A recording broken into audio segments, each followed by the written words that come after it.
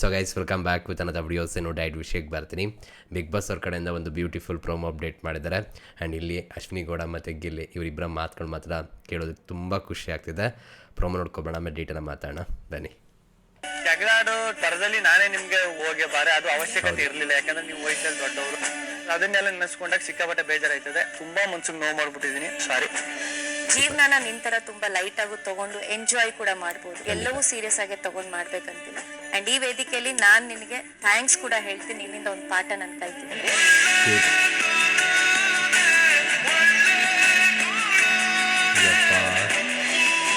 Big boss ಇಂದು ರಾತ್ರಿ 9:30ಕ್ಕೆ. Guys ಹಾನೆಸ್ಟಾಗಿ ಹೇಳಿ, ಹೇಗೆ ಅನಿಸಿದೆ ಫೀಲ್? ಹಾಂ, ನನಗಂತೂ ಇವೆಲ್ಲ ಸಿಕ್ಕಾಪಟ್ಟೆ ಖುಷಿಯಾಗುತ್ತೆ ಇದೆಲ್ಲ ನೋಡೋದಕ್ಕೆ. ನಿಜ ಹೇಳಬೇಕು ಅಂದರೆ ನನಗೆ ಬಿಗ್ ಬಾಸ್ ಮನೆಯಿಂದ ಸ್ಪರ್ಧಿಗಳು ಈ ಥರನೇ ಇರಬೇಕು ಯಾವಾಗಲೂ ಅಂತ ಆಸೆ, ಓಕೆನಾ. ಬಟ್ ಅದಾಗಲ್ಲ ಅಂತ ಕೂಡ ನನಗೆ ಗೊತ್ತಿದೆ. ರಿಯಾಲಿಟಿ ಯಾವ ರೀತಿ ಇರುತ್ತೆ ಅನ್ಕತ್ತೆ ಅಂತ ಕೂಡ ನನಗೆ ಅರ್ಥ ಆಗುತ್ತೆ. ಬಟ್ ಅಟ್ಲೀಸ್ಟ್ ಎಂಡ್ ಆಗ್ತಿರೋಂಥ ರೀತಿಯಲ್ಲಿ ಅದೆಲ್ಲ ಒಳ್ಳೆ ರೀತಿ ಎಂಡ್ ಆಗ್ತಿದೆ ಅಲ್ವಾ. ಸೊ ಅದು ನನಗೆ ತುಂಬ ಖುಷಿ ಆಗ್ತಿರೋವಂಥದ್ದು. ವಾಹ್. ಬಟ್ ಒಂದೊಂದು ಸತ್ಯ ಗೈಸ್, ನಮ್ಮ ಸ್ಪರ್ಧಿಗಳು ಈ ಬಿಗ್ ಬಾಸ್ ಮಾಡಿರುವಂಥ ಪ್ರತಿಯೊಬ್ಬ ಸ್ಪರ್ಧಿಯೂ ಕೂಡ ನಮಗೆ ಗೊತ್ತಿರದಂಗೆ ನಮ್ಮ ಮನಸ್ಸಲ್ಲಿ ಆಲ್ರೆಡಿ ಜಾಗನ ತೊಗೊಂಡ್ಬಿಟ್ಟಿದ್ದಾರೆ. ಅದು ಇವಾಗ ಗೊತ್ತಾಗ್ತಿದೆ ತುಂಬ ಚೆನ್ನಾಗಿ. ಅದರಲ್ಲೂ ಕೂಡ ನಾನು ತುಂಬ ಕ್ಲೋಸಾಗಿ ಬಿಗ್ ಬಾಸ್ನ ರಿವ್ಯೂ ಮಾಡೋದ್ರಿಂದ ಮಾತಾಡೋದ್ರಿಂದ ತುಂಬ ಕನೆಕ್ಟ್ ಆಗಿದ್ದೀನಿ ಅಂತ ನಂಗೆ ಇವಾಗ ಫೀಲ್ ಆಗಿ ಸ್ಟಾರ್ಟ್ ಆಗ್ತಿದೆ. ಜಸ್ಟ್ ಶೋ ಆಗಿಲ್ಲ ಇದು, ಓಕೆನಾ. ಎಮೋಷನ್ ಎಷ್ಟು ಕನೆಕ್ಟ್ ಆಗಿದ್ದೀವಿ. ನಿಜ ಹೇಳಬೇಕು ಅಂದರೆ ಇಲ್ಲಿರುವಂಥ ಸ್ಪರ್ಧಿಗಳು ನಮ್ಮ ಸಂಬಂಧಿಕರಲ್ಲ, ಏನಿಲ್ಲ. ಬಟ್ ಅವ್ರುಗಳಿಗೋಸ್ಕರ ಎಷ್ಟೆಲ್ಲ ಮಾತಾಡ್ತೀವಿ, ಎಷ್ಟೆಲ್ಲ ತಯಾರಿಸ್ಕೋತೀವಿ, ಎಷ್ಟೆಲ್ಲ ಫೀಲ್ ಮಾಡ್ತೀವಿ. ಇದೆಲ್ಲ ಹೇಗೆ ಎಕ್ಸ್ಪ್ಲೇನ್ ಮಾಡಬೇಕು ಅಂತ ಗೊತ್ತಿಲ್ಲ. ಬಟ್ ಆನೆಸ್ಟಾಗಿ ಹೇಳ್ತೀನಿ, ಇವರೆಲ್ಲ ಗೆದ್ದಾಗಿದೆ ಅಂತ ಅನಿಸುತ್ತೆ ನನ್ನ ಪ್ರಕಾರ. ಎಷ್ಟು ಚೆಂದ ಅಲ್ಲ. ಆ್ಯಂಡ್ ಇಲ್ಲಿ ಗಿಲ್ಲಿ ಮತ್ತು ಅಶ್ವಿನಿ ಗೌಡ ಏನಿಸ್ತು ಗೈಸ್ ನಿಮಗೆ ಇವ್ರ ಮಾತುಗಳನ್ನ ಕೇಳಿ ಹೇಳ್ರಿ. ಆ್ಯಂಡ್ ಇವಾಗ ಸ್ಕ್ರೀನ್ ಮೇಲೆ ನೋಡ್ತಾ ಇರ್ಬೋದು ಅಶ್ವಿನಿ ಗೌಡವರು ಮತ್ತು ಇನ್ನೊಂದು ಕಡೆ ಗಿಲ್ಲಿ. ಅದು ಮೇ ಬಿ ಕ್ಷಮೆ ಕೇಳೋ ರೀತಿಯೋ ಇರ್ಬೋದು ಅಂತ ಅನಿಸುತ್ತೆ, ಓಕೆನಾ. ಅಂದರೆ ತಮ್ಮ ಮಧ್ಯೆ ಇರುವಂಥ ಒಂದಿಷ್ಟು ವಿಷಯಗಳೇನಾಗಿರುತ್ತೆ ಅದನ್ನು ಇದು ಮಾಡಿಕೊಂಡು ಅಲ್ಲಿ ಬೆಂಕಿಗೆ ಹಾಕುವಂಥದ್ದು ರೀತಿ ಇರುತ್ತೆ ಅಂತ ಅನ್ಕೋತೀನಿ ಆ್ಯಕ್ಟಿವಿಟೀಸು. ಸೊ ಇಲ್ಲಿ ಗಿಲ್ಲಿಯವರು ಅಶ್ವಿನಿ ಗೌಡವರು ನಿಂತಿರೋಂಥ ನೀವು ನೋಡ್ತಿದ್ದೀರಾ, ಚೆನ್ನಾಗಿ ಸೆಟ್ ಮಾಡಿದ್ದಾರೆ. ಆ್ಯಂಡ್ ಇದು ಕಂಪ್ಲೀಟ್ಲಿ ಎಮೋಷನಲ್ ಎಪಿಸೋಡ್ ಆಗಿರುತ್ತೆ.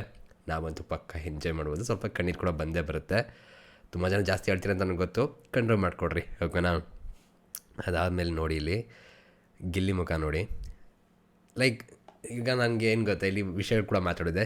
ಗಿಲ್ಲಿ ಫೇಸ್ನ ನೋಡಿ, ಆ ಕಣ್ಣನ್ನು ನೋಡಿ, ಕಣ್ಣೀರು ತುಂಬ್ಕೋತಿದ್ದೆ. ಆ್ಯಕ್ಚುಲಿ ನನಗೆ 2ನೇ ಟೇಕ್ 3ನೇ ಟೇಕ್ ಇದು ವಿಡಿಯೋ, ಬಿಕಾಸ್ ಕಣ್ಣೀರು ತುಂಬ್ಕೋತಿತ್ತು ಜಾಸ್ತಿ. ಬರೀ ಪ್ರೊಮೋ ನೋಡಿ. ಆ್ಯಂಡ್ ನಾವು ಜಸ್ಟ್ ಇಲ್ಲಿ ನೋಡ್ತಿದ್ದೀವಿ ಅಷ್ಟೇ, ಬಟ್ ಅಲ್ಲಿ ಜೀವನ ಮಾಡ್ತಿದ್ದಾರೆ ಅವರು. ಗೊತ್ತಿಲ್ಲದೇ ಎಷ್ಟೋ ವಿಷಯ ಕನೆಕ್ಟ್ ಆಗ್ಬಿಟ್ಟಿರ್ತಾರೆ, ಓಕೆನಾ. ಸೊ ಅದು ಫೀಲ್ ಆಗ್ತಿರುತ್ತೆ. ತಮ್ಮ ತಪ್ಪಿನ ಅರಿವು ಕೂಡ ಆಗಿರುತ್ತೆ, ಜೊತೆಗೆ ಇವಾಗ ಏನು ಅಂತ ಕೂಡ ರಿಯಾಲಿಟಿ ಕೂಡ ಅರ್ಥ ಆಗಿರುತ್ತಲ್ಲ. ಸೊ ಅದಕ್ಕೆ ಈ ಥರ ರಿಯಾಕ್ಷನ್ಗಳು. ಆ್ಯಂಡ್ ಅಶ್ವಿನಿಗಳವರು ಎಷ್ಟು ಕ್ಯೂಟಾಗಿ ಕಾಣಿಸ್ತಾರಲ್ಲ ಆ್ಯಕ್ಚುಲಿ ಹೇಳಬೇಕು ಅಂದರೆ. ಅವ್ರ ಕಣ್ಣು ಕೂಡ ನೋಡ್ಬೋದು. ಆ್ಯಂಡ್ ಈ ಕಣ್ಣುಗಳು ನಮಗೆ ಸತ್ಯಗಳನ್ನ ಹೇಳುತ್ತೆ, ಓಕೆನಾ. ಅವರ ಮನಸ್ಸಲ್ಲಿ ಏನು ಭಾವನೆ ಇದೆ, ಏನು ಫೀಲ್ ಮಾಡ್ತಿದ್ದಾರೆ ಅನ್ನೋದು ಅವ್ರ ಕಣ್ಣನ್ನು ನೋಡಿದ್ರೆ ಗೊತ್ತಾಗುತ್ತೆ. ಆ್ಯಂಡ್ ಇದಾದಮೇಲೆ ನೋಡ್ತಾ ಇರ್ಬೋದು ಆ ಪ್ರೀತಿಯ ಅಪ್ಪಗೆ ಕ್ಯೂಟ್ಪ. ಇದಾದಮೇಲೆ ಇಲ್ಲಿ ನೋಡ್ತಾ ಇರ್ಬೋದು ಇವರ ಮಾತುಗಳನ್ನ ಕೇಳ್ತಿರುವಂತಹ ಧನುಷು, ರಕ್ಷಿತಾ, ಕಾವ್ಯ, ರಘುವಣ್ಣ ಎಷ್ಟು ಫೀಲ್ ಮಾಡ್ತಿರ್ತಾರೆ ಗೊತ್ತಾ ಅಲ್ಲಿ. ಆ್ಯಂಡ್ ಇವ್ರು ಯಾರ್ಯಾರನ್ನ ಕರ್ಕೊಬಂದು ಏನು ಮಾತಾಡ್ತಾರೆ ಅಂತ ನೋಡಬೇಕಲ್ಲಿ. ಇಂಟ್ರೆಸ್ಟಿಂಗ್ ಆಗಿರುತ್ತೆ ಇವತ್ತಿನ ಎಪಿಸೋಡು. ಆದರೆ ಎಪಿಸೋಡಿಗೆ ಕೂಡ ಮಾಡ್ಬಿಡೋಣ ಇವತ್ತು ಬಂದಾಗ, ಓಕೆನಾ. ಲೈವ್ ಬಂದು ಮಾತಾಡೋಣ. ಆ್ಯಂಡ್ ಇದಾದಮೇಲೆ ಬಂದು ಬೆಂಕಿಗೆ ಆಗ್ತಿರೋವಂಥದ್ದು ಅತ್ತೆ ಮಗ ಅತ್ತೆ ಮಗಳು. ಚೆನ್ನಾಗಿದೆ ಜೋಡಿ, ಸೂಪರ್ ಅಂತಲೇ ಹೇಳ್ಬೋದು. ಕ್ಯೂಟ್, ಚಂದ ಅಲ್ಲ. ಆ್ಯಂಡ್ ಏನಿಸುತ್ತೆ ಗೈಸ್ ಹೇಳಿ. ಆ್ಯಂಡ್ ಇವಾಗ ಪ್ರೊಮೋದಲ್ಲಿ ಒಂದಿಷ್ಟು ಮಾತಾಡಿದ್ದೆಲ್ಲ ಅದು ನೋಡ್ತಾ ರಿಯಾಕ್ಷನ್ ಕೊಡ್ತಾ ಮಾತಾಡ್ತಾ ಬನ್ನಿ. ಜಗಳಾಡೋ ತರದಲ್ಲಿ ನಾನೇ ನಿಮ್ಗೆ ಹೋಗಿ ಬಾರೆ ಅದು ಅವಶ್ಯಕತೆ ಇರಲಿಲ್ಲ, ಯಾಕಂದ್ರೆ ನೀವು ವಯಸ್ಸಲ್ಲಿ ದೊಡ್ಡವರು. ಆ್ಯಂಡ್ ಇದು ತುಂಬ ಜನಕ್ಕೆ ತಲೆಯಿರುತ್ತೆ, ಗಿಲ್ಲಿ ಒಬ್ಬರು ಏಜಿಗೆ ರೆಸ್ಪೆಕ್ಟ್ ಕೊಡ್ದಂಗೆ ಮಾತಾಡ್ತಾನೆ ಹಾಗೆ ಅಂತ, ಓಕೆನಾ.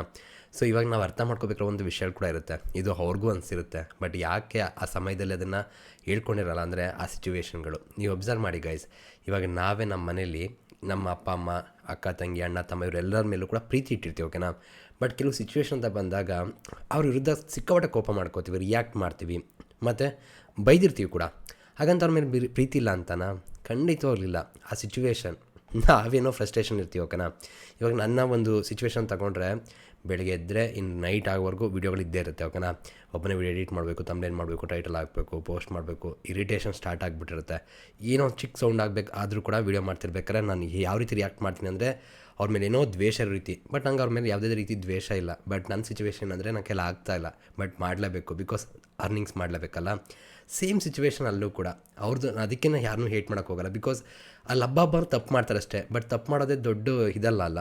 ಸೊ ತಪ್ಪು ಮಾಡಿದಷ್ಟೇ ಅವ್ರು ಕೆಟ್ಟವ್ರು ಅಂತ ಏನಲ್ಲ ಅಲ್ಲ. ಆ್ಯಂಡ್ ಆ ತಪ್ಪುಗಳು ಕೂಡ ತುಂಬ ಕೆಟ್ಟದಂತೇನಿಲ್ಲ, ಸಿಚುವೇಶನ್ಗೆ ತಕ್ಕಂತ ಮಾತ್ರ ಇರುತ್ತೆ. ಸೊ ಆಗ ಅದನ್ನು ತಪ್ಪು ಅಂತ ಹೇಳೋಣ, ಯಾರನ್ನೂ ಹೇಟ್ ಮಾಡೋದು ಬೇಡ ಅಂತ ಹೇಳ್ತಿರ್ತೀನಿ ಗೊತ್ತಾ, ಇದೇ ಕಾರಣಕ್ಕೆ. ಆ್ಯಂಡ್ ನೋಡಿ, ಎಷ್ಟೋ ಜನ ಗಿಲ್ಲಿನ ಹೇಟ್ ಮಾಡ್ಬೋದು, ಓಕೆನಾ. ಬಟ್ ಇಲ್ಲಿ ನೋಡಿ, ಅವ್ರಿಗೆ ತನ್ನ ತಪ್ಪಿನ ಅರಿವಾಗಿದೆ, ಜೊತೆಗೆ ಅವ್ರು ಕ್ಷಮೆ ಕೂಡ ಕೇಳೋಕ್ಕೆ ರೆಡಿ ಇದ್ದಾರೆ. ಯಾವುದೇ ಹೀಗೋ ಪ್ರಾಬ್ಲಮ್ ಇಲ್ಲ. ಪ್ರಾಬ್ಲಮ್ ಇದ್ದಿದ್ದೇನೆಂದರೆ ಸಿಚುವೇಶನ್ದು. ಆ್ಯಂಡ್ ಆ ಸಿಚುವೇಶನ್ ಆ ಥರ ರಿಯಾಕ್ಟ್ ಮಾಡಿದ್ದೇನಕ್ಕೆ ಆ ಸಿಚುವೇಶನ್ ತಕ್ಕಂತ ಅಷ್ಟೇ. ಮನಸ್ಸಿಂದನೇ ಮಾಡಬೇಕು ಅಥವಾ ಇವ್ರ ಮೇಲೇನೋ ದ್ವೇಷ ಇದೆ ಅಂತ ಅಲ್ಲ, ಇದೇ ಸತ್ಯ, ಓಕೆನಾ. ಅದನ್ನೆಲ್ಲ ನೆನೆಸ್ಕೊಂಡಾಗ ಸಿಕ್ಕಾಪಟ್ಟೆ ಬೇಜಾರಾಯ್ತದೆ ತುಂಬಾ. ಆ್ಯಂಡ್ ನೋಡಿ, ತನ್ನ ತಪ್ಪನ್ನ ಅರಿವನ್ನ ಮಾಡಿಕೊಂಡು ಅದನ್ನು ಗಿಲ್ಟ್ ಫೀಲ್ ಇರುತ್ತೆ ಗೊತ್ತಾ, ಅದು ನೋಡೋಕ್ಕೆ ಸಿಗ್ತದೆ ನಮ್ಗೆ ಗಿಲ್ಲಿ, ಓಕೆನಾ. ಅದು ನಾನು ಮಾಡಿದ ತಪ್ಪು ಅನ್ನೋದು ಗೊತ್ತಿದೆ ಗಿಲ್ಲಿಗೆ, ಅದನ್ನು ಕ್ಲಿಯರಾಗಿ ಅಶ್ವಿನಿ ಮುಂದೆ ಹೇಳ್ಕೊತಿದ್ದಾರೆ. ಒಂದು ಚಾನ್ಸ್ ಸಿಕ್ಕಿದೆ, ತುಂಬ ಖುಷಿ ಆಗ್ತಿದೆ. ಆ್ಯಂಡ್ ಅಶ್ವಿನಿ ಅವ್ರ ಮುಖದಲ್ಲಿ ಆ ಖುಷಿ ಕೂಡ ಕಾಣಿಸಿದೆ. ಬಿಕಾಸ್ ಹೌದು, ತಪ್ಪೇ ಅದು. ಯಾಕಂದರೆ ದೊಡ್ಡವ್ರು ಅಂತ ಬಂದಾಗ ಅವ್ರಿಗೆ ರೆಸ್ಪೆಕ್ಟ್ ಕೊಡಬೇಕಾಗತ್ತೆ. ಅಶ್ವಿನಿ ಅವರು ಏಜಲ್ಲಿ ದೊಡ್ಡವರಿದ್ದಾರೆ. ಸೊ ಅವ್ರಿಗೆ ಕೆಲವು ವಿಷಯನ ಅಕ್ಸೆಪ್ಟ್ ಮಾಡೋಕ್ಕಾಗಲ್ಲ, ತೊಗೊಳಕ್ಕಾಗಲ್ಲ. ಬಿಕಾಸ್ ರೆಸ್ಪೆಕ್ಟ್ ಕೊಡ್ದಂಗೆ ಮಾತಾಡೋದ್ರಿಂದ ಅವರು ಕೂಡ ತುಂಬ ಹರ್ಟ್ ಆಗುತ್ತೆ. ಆ ತಪ್ಪನ್ನ ಮಾಡೋದು ನಮ್ಮದೇ ಅಲ್ಲ. ಈಗ ತುಂಬ ಜನ ಗಿಲ್ಲಿ ಮಾಡಿದ್ದ ಸರಿ ಮಾತಾಡ್ತಿದ್ದಂತೆಲ್ಲ ಎಂಜಾಯ್ ಮಾಡ್ತೀನಿ ಗೊತ್ತಾ, ಗಿಲ್ಲಿ ರೆಸ್ಪೆಕ್ಟ್ ಕೊಡೋದು ಮಾತಾಡೋದೆಲ್ಲನೂ ಕೂಡ. ನೋಡಿ, ಆ ವ್ಯಕ್ತಿ ನನಗೆ ಅಲ್ಲೇ ಗೆಲ್ಲುವಂಥದ್ದು ಗಿಲ್ಲಿ, ಓಕೆನಾ. ನಾವು ಇದನ್ನೇ ಕಲಿಬೇಕಿರೋದು ಕೂಡ. ಗಿಲ್ಲಿಗೆ ತಪ್ಪು ಅಂತ ಅನಿಸಿದೆ, ಬಟ್ ಅವ್ರಿಗೆ ಸಪೋರ್ಟ್ ಮಾಡೋರಿಗೆ ತಪ್ಪು ಅಂತ ಅನಿಸ್ತಿಲ್ಲ. ನಾನು ಅದನ್ನ ಹೇಳುವಂಥದ್ದು, ಅದನ್ನು ಯಾಕೆ ತಪ್ಪು ಅಂತ ಹೇಳಬೇಕು ಅಂದರೆ, ಒಂದು ದಿನ ಗಿಲ್ಲಿ ಅದನ್ನು ತಪ್ಪು ಅಂತ ಒಪ್ಕೋತಾನೆ, ಅವ್ನು ದೊಡ್ಡವನಾಗ್ತಾನೆ ಆ ವ್ಯಕ್ತಿ, ಓಕೆನಾ. ಅದಕ್ಕೆ ಜನಗಳ ಪ್ರೀತಿ ಕೂಡ ಸಂಪಾದನೆ ಮಾಡ್ತಿರೋದು. ಬಟ್ ನಾವುಗಳು ಆ ಕೆಲಸ ಮಾಡಲ್ಲ. ಅವ್ನು ಮಾಡಿದ್ದೇ ಸರಿ, ಅಥವಾ ಇನ್ನೂ ಬೇರೆ ಸ್ಪರ್ಧೆಗಳಾಗ್ಬೋದು, ಅವ್ರು ಏನೇ ಮಾಡೋ ಸರಿ ಅಂತ ವಾದ ಮಾಡ್ತಿರ್ತೀವಿ. ಅದನ್ನು ಮಾಡಬಾರ್ದು. ತಪ್ಪಿದಾಗ ತಪ್ಪು ಅಂತ ಹೇಳೋಣ, ಸರಿ ಮಾಡೋದು ಸರಿ ಅಂತ ಹೇಳೋಣ, ಅಷ್ಟೇ, ಮುಗ್ದೋಗುತ್ತೆ ವಿಷಯ, ಓಕೆನಾ. ಮನ್ಸಿಗೆ ನೋವು ಮಾಡ್ಬಿಟ್ಟಿದ್ದೀನಿ, ಸಾರಿ. ಜೀವನ ಆ್ಯಂಡ್ ಕ್ಷಮೆ ಕೂಡ ಕೇಳ್ತಿದ್ದಾರೆ. ಇನ್ನೇನು ಬೇಕು, ಕ್ಷಮೆ ಕೇಳೋದ್ರಿಂದ ಯಾರೂ ಚಿಕ್ಕವರಾಗಲ್ಲ, ಓಕೆನಾ. ಕ್ಷಮಿಸಿ ದೊಡ್ಡವ್ರು ಕೂಡ ಆಗ್ತಾರೆ. ಸೊ ಆ ಕ್ಷಮಿಸುವಂಥ ಗುಣ ಇಲ್ಲಿರೋ ಎಲ್ಲರಿಗೂ ಕೂಡ ಇರುತ್ತೆ, ಓಕೆನಾ. ಯಾರಿಗೂ ಕೂಡ ಪರ್ಸ್ನಲಾಗಿ ದ್ವೇಷ ಏನಿಲ್ಲ. ಅವರೆಲ್ಲರೂ ಕೂಡ ಗೊತ್ತಿದೆ ಇದೊಂದು ಆಟ ಅಂತ. ಸೊ ಅದ್ರ ತಕ್ಕಂತೆ ಆಟ ಆಡ್ಕೊಂಡು ಹೋಗ್ತಿರ್ತಾರೆ, ಬೇರೆ ಆಪ್ಷನ್ ಇರೋದಿಲ್ಲ. ಅದನ್ನ ಅರ್ಥ ಮಾಡ್ಕೊಡ್ರಿ, ಓಕೆನಾ. ನಿನ್ ತರ ತುಂಬಾ ಲೈಟ್ ಆಗಿ ತಗೊಂಡು ಎಂಜಾಯ್ ಕೂಡ ಮಾಡ್ಬೋದು. ಎಲ್ಲೋ ನೋಡಿ, ಇಲ್ಲೂ ಅಷ್ಟೇ, ಅಶ್ವಿನಿ ಗೌಡವ್ರನ್ನೂ ಒಂದಿಷ್ಟು ವಿಷಯಗಳಿಗೆ ಹೇಟ್ ಮಾಡೋಂಥ ಜನ ಇದ್ದಾರೆ, ಗಿಲ್ಲಿನ ಕೂಡ ಒಂದಿಷ್ಟು ವಿಷಯಗಳಿಗೆ ಹೇಟ್ ಮಾಡೋರಿದ್ದಾರೆ, ಓಕೆನಾ. ಬಟ್ ನೀವು ಅಬ್ಸರ್ವ್ ಮಾಡಿ, ಈಗ ಅವರಿಬ್ಬರ ಮಧ್ಯೆ ಏನಾಗ್ತದೆ, ಅವರಿಬ್ಬರ ವಿಷಯಕ್ಕೆ ಒಬ್ರಿಗೊಬ್ರಿಗೆ ಏನೋ ಆಗ್ತಿದೆ ಅಂದ್ಬಿಟ್ಟೆ ಇವ್ರನ್ನ ಗಿಲ್ಲಿ ವಿಷಯ ಇಟ್ಕೊಂಡು ಅಶ್ವಿನವ್ರನ್ನ ಹೇಟ್ ಮಾಡೋದು, ಅಶ್ವಿನ ವಿಷಯ ಇಟ್ಕೊಂಡು ಗಿಲ್ಲಿಯವ್ರನ್ನ ಹೇಟ್ ಮಾಡೋದು, ಈ ಥರ ನಡೀತಿರುತ್ತೆ ಅಲ್ವಾ. ಈಗ ಅವರೇ ಚೆನ್ನಾಗಿದ್ದಾರೆ, ಅವರೇ ಸಕ್ಕತ್ತಾಗಿದ್ದಾರೆ, ಅವ್ರಗಳೇ ತಪ್ಪುಗಳನ್ನ ತಿತ್ಕೊಂಡು ಹೋಗ್ತಿದ್ದಾರೆ, ಅವರೇ ಒಪ್ಕೊಂಡಿದ್ದಾರೆ. ಆ್ಯಂಡ್ ಎಲ್ಲ ಸರಿ ಮಾಡ್ಕೊಂಡು ಹೋಗೋಕ್ಕೆ ರೆಡಿ ಇದ್ದಾರೆ. ಬಟ್ ನಾವುಗಳು ಯಾಕೆ ರೆಡಿ ಇಲ್ಲ, ಯಾಕೆ ರೆಡಿ ಆಗಿರಬಾರ್ದು ಹೇಳ್ರಿ. ಸೀರಿಯಸ್ ಆಗಿ ತಗೊಂಡ್ ಮಾಡ್ಬೇಕಂತಿಲ್ಲ. ಅಂಡ್ ಈ ವೇದಿಕೆಯಲ್ಲಿ ಆ್ಯಂಡ್ ನೋಡಿ, ಬರೀ ಕಾಮಿಡಿ ತಮಾಷೆ ಆಗಿಗೆ ಅಂತ ಮಾತಾಡಿರ್ತೀರಲ್ವಾ, ಅಶ್ವಿನಿಗಳವರು ಎಷ್ಟು ಚೆನ್ನಾಗಿ ಮಾತಾಡಿದ್ರು. ಲೈಫ್ನ ತುಂಬ ಸೀರಿಯಸ್ ಆಗಿ ತೊಗೊಂಡ್ರೆ ತುಂಬ ಕಷ್ಟ. ಈಗೂ ತೊಗೊಂಡು ಹೋಗ್ಬೋದು, ಎಂಜಾಯ್ ಮಾಡ್ಕೊಂಡು ಹೋಗ್ಬೋದು. ನಾವೆಲ್ಲ ಏನು ಮಾಡ್ತಿದ್ದೀವಿ ಅಂದರೆ, ಲೈಫ್ ಅಂದರೆ ಹೀಗೆ. ಅದು ನಾನು ಒಬ್ಬನೇ, ನಾನೇನು ಸಾಚಲ್ಲ, ನಾನು ತುಂಬ ಲೈಫ್ನ ಸೀರಿಯಸ್ ಆಗಿ ತೊಗೊಳ್ಳೋಂಥ ವ್ಯಕ್ತಿನೇ, ಓಕೆನಾ. ಸಮ್ಟೈಮ್ಸ್ ಇದೆಲ್ಲ ನೋಡಿದಾಗ ಕಲಿಬೇಕು ನಾವೆಲ್ಲ. ಇದನ್ನು ಕೂಡ ಈ ಥರನೂ ಇರ್ಬೋದು, ಈ ಥರನೂ ಜೀವನ ಮಾಡ್ಬೋದು ಅನ್ನೋದು ಕಲಿಬೇಕಾಗತ್ತೆ, ಇದು ನೋಡಬೇಕಾಗತ್ತೆ. ಯಾಕಂದರೆ ಲೈಫ್ನ ತುಂಬ ಸೀರಿಯಸ್ ಆಗಿ ತೊಗೊಂಡಾಗ ಏನಾಗುತ್ತೆ ಗೊತ್ತಾ, ಇಷ್ಟು ಚಿಕ್ಕ ಚಿಕ್ಕ ವಿಷಯಗಳನ್ನ ಕೂಡ ಎಂಜಾಯ್ ಮಾಡೋಕ್ಕಾಗಲ್ಲ ನಮ್ಮ ಕೈಲಿ, ಆ ಖುಷಿನೇ ಪಡೋಕ್ಕಾಗಲ್ಲ. ಅದೇ ಆಗಿರೋದು ನಮ್ಮ ಜನ್ರೇಷನ್ ಕೂಡ. ಸೊ ಇದೆಲ್ಲ ಒಂದು ಕಲಿಯುವಂಥ ಪಾಠ. ಆ್ಯಂಡ್ ಅಶ್ವಿನಿಗೌಡರು ಅದನ್ನು ತುಂಬ ಚೆನ್ನಾಗಿ ಅರ್ಥ ಕೂಡ ಮಾಡ್ಕೊಂಡಿದ್ದಾರೆ. ನಾನು ನಿನಗೆ ಥ್ಯಾಂಕ್ಸ್ ಕೂಡ ಹೇಳ್ತೀನಿ, ನಿನ್ನಿಂದ ಒಂದು ಪಾಠ ನಾನು ಕಲ್ತಿದ್ದೀನಿ. ಅಶ್ವಿನಿಗೌಡ ಮತ್ತು ಗಿಲ್ಲಿ ಮಧ್ಯೆ ಎಷ್ಟೇ ವಿಷಯಗಳಿದ್ರೂ ಕೂಡ ಕಲಿಯೋದಕ್ಕೇನೋ ಒಂದಿರುತ್ತೆ ಅನ್ನೋದಕ್ಕೆ ಇದೇ ಸಾಕ್ಷಿ. ಆ್ಯಂಡ್ ಅದನ್ನು ಕಲಿಯೋದಕ್ಕೆ ಇಂದು ಮುಂದೆ ಕೂಡ ನೋಡ್ತಾ ಇಲ್ಲ, ಅದು ತುಂಬ ಇಂಪಾರ್ಟೆಂಟ್. ಆ್ಯಂಡ್ ಒಬ್ಬರ ಮೇಲೆ ಒಬ್ಬರಿಗೆ ಪ್ರೀತಿ ಅನ್ನೋದಿದೆ, ಆ ರೆಸ್ಪೆಕ್ಟ್ ಅನ್ನೋದಿದೆ. ಸೊ ಅದೇ ಅಲ್ವಾ ಗೆಲ್ಲೋಂಥದ್ದು ಲಾಸ್ಟಲ್ಲಿ ತುಂಬ ಇಂಪಾರ್ಟೆಂಟ್ ಆಗುತ್ತಿದೆ. ಮ್ಯೂಸಿಕ್ ಮಾತ್ರ ಸಾಂಗ್ ಸೂಟ್ ಆಗ್ತಿದೆ. ಬಿಗ್ ಬಾಸ್ ಇಂದು ರಾತ್ರಿ 9:30ಕ್ಕೆ. ನೋಡಿ ಗೈಸ್, ಇಷ್ಟೇ ಬಿಗ್ ಬಾಸ್ ಅಂದರೆ ಇಷ್ಟೇ, ಇನ್ನೇನೂ ಅಲ್ಲ. ಅದಕ್ಕೆ ಹೇಳುವಂಥದ್ದು, ತಪ್ಪು ಮಾಡಿದಾಗ ತಪ್ಪು ಅಂತ ಹೇಳಿಬಿಟ್ಟು ಬಿಟ್ಬಿಡ್ರಿ, ಯಾರನ್ನೂ ಹೇಟ್ ಮಾಡಬೇಡ್ರಿ, ನೆಗೆಟಿವ್ ಕಮೆಂಟ್ ಹಾಕ್ಬೇಡ್ರಿ. ನೋಡಿ, ಇವತ್ತು ಗಿಲ್ಲಿ ಆಗ್ಬೋದು, ಅಶ್ವಿನವ್ರು ಆಗ್ಬೋದು, ಬೇರೆ ಸ್ಪರ್ಧಿಗಳಾಗ್ಬೋದು, ನಿನ್ನೆ ರಕ್ಷಿತಾ ಮತ್ತು ಇವರು ಕಾವ್ಯ ಹೇಗಿದ್ದರು, ಅವ್ರಗಳ ಮಧ್ಯೆನೇ ಇಲ್ಲ ಏನು ಪ್ರಾಬ್ಲಮ್. ಆ್ಯಂಡ್ ಸಿಚುವೇಶನ್ ಅವ್ರನ್ನ ತುಂಬ ಟೆಸ್ಟ್ ಮಾಡಿಬಿಟ್ಟಿದೆ. ಆ ಥರ ಸಂದರ್ಭ ಅಂತ ಬಂದಾಗ ಕೆಲವು ವಿಷಯಗಳು ಹಾಗೇ ಆಗುತ್ತೆ. ಸೊ ಎಲ್ಲ ನಮ್ಮವರೇ ಅಲ್ಲ. ನಮ್ಮಲ್ಲಿ ಯಾರೊಬ್ಬರು ತಪ್ಪು ಮಾಡಿದ್ರೆ ಏನು ಮಾಡ್ತೀವಿ, ಬೈದ್ಬಿಟ್ಟು ಬುದ್ಧಿ ಹೇಳ್ಬಿಟ್ಟು ಕ್ಷಮಿಸ್ಬಿಟ್ಟು ನಾವು ನಮ್ಮವ್ರನ್ನ ಪ್ರೀತಿ ತೋರಿಸ್ತೀವಿ ಅಲ್ವಾ, ಅದೇ ಕೆಲಸನೇ ಇವ್ರಿಗೂ ಮಾಡಿ. ಯಾರಿಗೂ ಹೇಟ್ ಬೇಡ ಅಷ್ಟೇ, ಯಾರಿಗೆ ಆದರೂ ಅಷ್ಟೇ. ಅಷ್ಟೇ, ನೋಡೋಣ. ಇವತ್ತು ಸಾಕಾಗಿರುತ್ತೆ ಎಪಿಸೋಡು. ವೇಟಿಂಗ್ ಫುಲ್ ನಾನಂತೂ. ನೀವು ಕಮೆಂಟ್ ಸೆಕ್ಷನ್ ತಿಳಿಸಿ, ಸಿಗೋಣ ಮತ್ತೆ. Thank you guys, love you guys, bye.